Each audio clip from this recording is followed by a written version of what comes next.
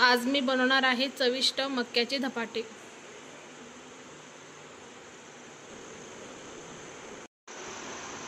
सगळ्यात आधी मी हे मक्का मिक्सरमध्ये जाडसर वाटून घेते।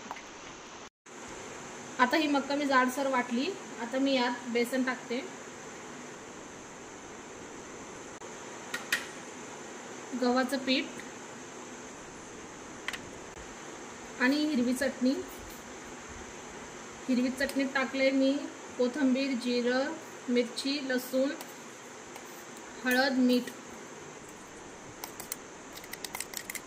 आता मी हे सगळं चांगलं मळून घेते।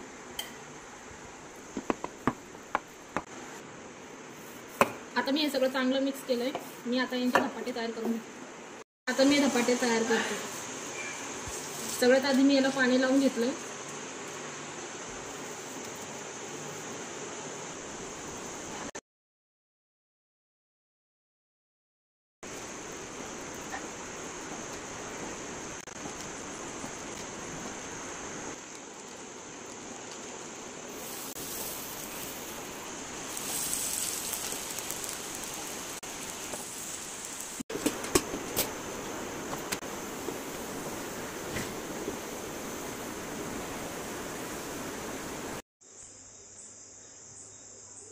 हे झाले गरमागरम मक्याचे धपाटे टमाट्याच्या चटणी सोबत तयार।